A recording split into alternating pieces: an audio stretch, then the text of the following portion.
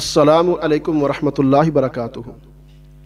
ہم اپنی گزشتہ قسطوں میں ناظرین کے لیے، سامعین کے لیے ایک عظیم موضوع بیان کر رہے تھے، بعثت رسول صلی اللہ علیہ وسلم سے پہلے کے حالات و واقعات۔ آج ہم یہ عقیدہ کے لحاظ سے ہماری آخری ویڈیو ہے، اس کے اندر ہم ایک بہت پیاری بات، بہت لازمی بات جو ہمارے لیے سمجھنا، سوچنا، شعور رکھنا، علم رکھنا لازمی اور ضروری ہے، اس کو اپنے ناظرین اور سامعین کے ساتھ ڈسکس کرنے جا رہے ہیں۔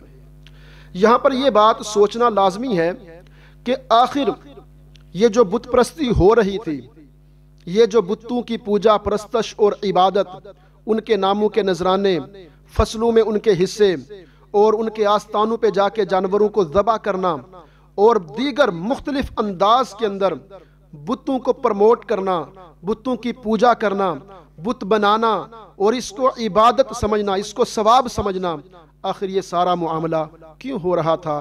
اللہ سبحانہ و تعالی اس خرابی کی اصل وجہ کا ذکر فرماتے ہوئے سورۃ الزمر میں فرماتے ہیں کہ جب ان مشرکین مکہ سے یہ بات پوچھی جاتی ہے، سوال کیا جاتا ہے کہ بھئی تم یہ سارا کام کیوں کرتے ہو؟ تمہارا رب ہے، تمہارا پروردگار ہے، تمہارا خالق ہے، تمہارا رب تو وہ ہے کہ جس نے ان کو بھی پیدا کیا، تو پھر یہ عمل تم کیوں کر رہے ہو؟ تو آگے سے جواب آتا ہے، ما نعبدہم الا لیقربونا الی اللہ زلفا۔ ہم ان کی عبادت اس لیے نہیں کرتے کہ یہ ہمارے رب ہیں، بلکہ ہمارا رب تو آسمانوں والا ہے۔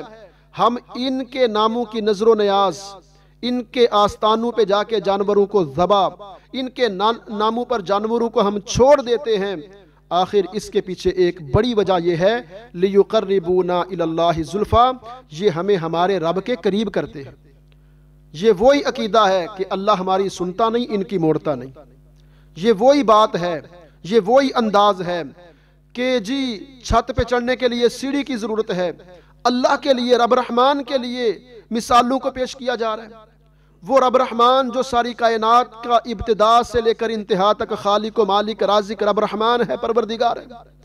اللہ سبحانہ و تعالی اسی خرابی کو سورۃ یونس کے اندر یوں بیان فرماتے ہیں، وَيَعْبُدُونَ مِن دُونِ اللَّهِ مَا لَا يَضُرُّهُمْ وَلَا يَنْفَعُهُمْ۔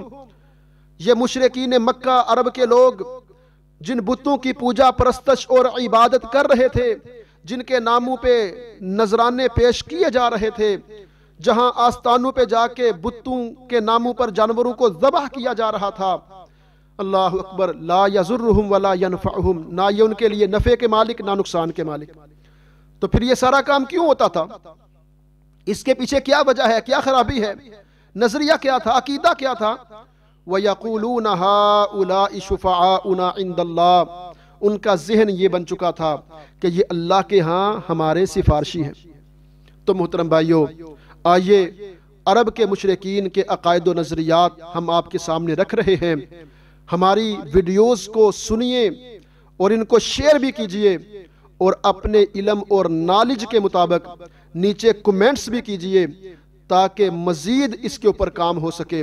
اللہ سبحانہ و تعالیٰ سے دعا گو ہیں، اللہ آپ سب کی حفاظت فرمائے، اللہ ہم سب کی حفاظت فرمائے، اور اللہ پوری امت مسلمہ کو دین اسلام کے مطابق عمل پیرا ہوتے ہوئے زندگی بسر کرنے کی اللہ توفیق عطا فرمائے۔ السلام علیکم ورحمۃ اللہ۔